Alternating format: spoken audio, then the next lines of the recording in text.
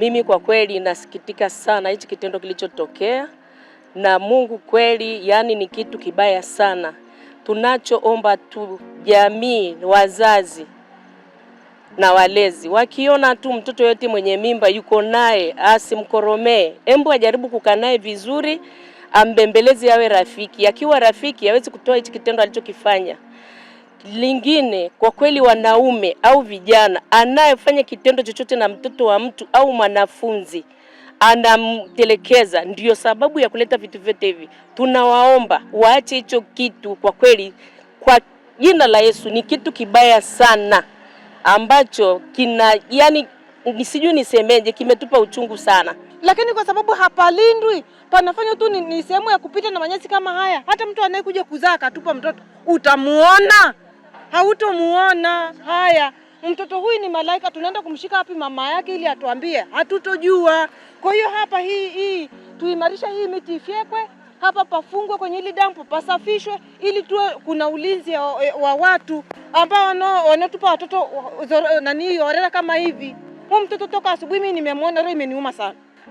Kwa kitendo kama hicho kwa kweli sio sahihi, kwa sababu unaweza ukakuta pengine ni maisha. Na haya maisha mpaka ijifikie mtu anatupa mtoto kama hivi, huwezi kukuta pengine amepitia hali ngumu kivipi, lakini sio hali ngumu mpaka uje utupe kiumbe mwenzio. Hiyo sio hali ngumu. Hata mimi mwenyewe ni muokota bobo. Jamani, naokota bobo nalisha watoto wangu. Umeona hii nguo? Naokota bobo naenda kulisha watoto wangu. Kwa sababu kama nisingeokota bobo, unaenda kujiuza. Mimi sina matakwa ya Malindi. Nina matakwa ya kwenda kujiuza tu wapi? Nifanya ni mabobo niokote, niweke kichwani, nije nilisha watoto. Wanaona kuokota mabobo kwamba ni udhalilishaji, wanawake wanaenda kujiuza. Hatimaye wanakuja wanatupia watoto hapo. Kwa hiyo hii sio sahihi. Waokote mabobo, wauze nyanya sokoni, wauze maji, ni ajira mbalimbali. Mtu amekosa kibarua, atembee kwenye maafisa za mitaa, wapo. Mtu ana changamoto yake atakapoenda, asione kwamba kuchekwa. Mimi kwa kitendo kilichotokea kikweli kimenisikitisha sana. Na kimenisikitisha sana na isi jamii kwa ujumla, na pamoja na sisi vijana. Pindi binti anapoingia kwenye mahusiano, kama hajataka kuzaa, kinga zipo. Umeona? Na basi kama imetokea bahati mbaya, umeona, maana kuna nyingine za kutarajia na kuna nyingine za bahati mbaya. Kama imetokea, huyu ni kiumbe. Wewe jifikirie, kama ingekuwa ni wewe umetupwa, leo ungefikia hapa, kila mmoja na njozi zake, wenda ndo rais ajaye huyu. Ametupwa hapo, lakini inaonekana amesharehemika. Kweli nimefika hapa kuangalia, nikakuta kweli mtoto yuko hapo ametupwa. Nikachukua jukumu la kuwapigia polisi simu. Tayari nishawataarifu polisi na wako njiani wanaingia sasa hivi. Kwa muda sasa hivi hapa nishawasiliana nao.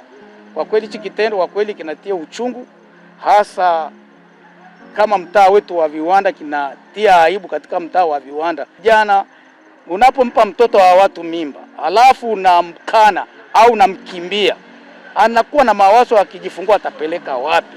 Kwa hiyo anakuja kutupa hapa. Hii lawama sio kama tunalaumu hawa mabinti tu. Tunawalaumu mpaka wanaowapa mimba. Wanaowapa mimba wanasababisha nao hawa kufanya vitendo hivyo. Mtoto amekutwa ametupwa kwenye jalala. Hili ni jambo la kusikitisha, jambo la kikatili. Nichukue fursa hii kuwashauri wakina mama. Huu ukatili umefika kiwango kikubwa sana. Kiumbe kama hichi, ukimwona mtoto huyu aliyotupwa hapa ni mkubwa kabisa, ambaye inawezekana alikuwa ameshatimiza muda wake wa kuzaliwa. Kwa hiyo kama mama umeona imekuwa changamoto, ni mara 100 ungeenda ukamzaa ukampeleka toza pale hospitali au kituo cha polisi ukasema kwamba nimeshindwa kumlea, watamlea. Lakini kwa kitendo cha kuchukua na kuja kumtupa mahali kama hapa ni ukatili mkubwa sana. Sidhani kama kweli hiyo damu itakuacha salama we mama. Kwa hiyo nichukue fursa hii kuwaonya na kuwahamasisha wakina mama.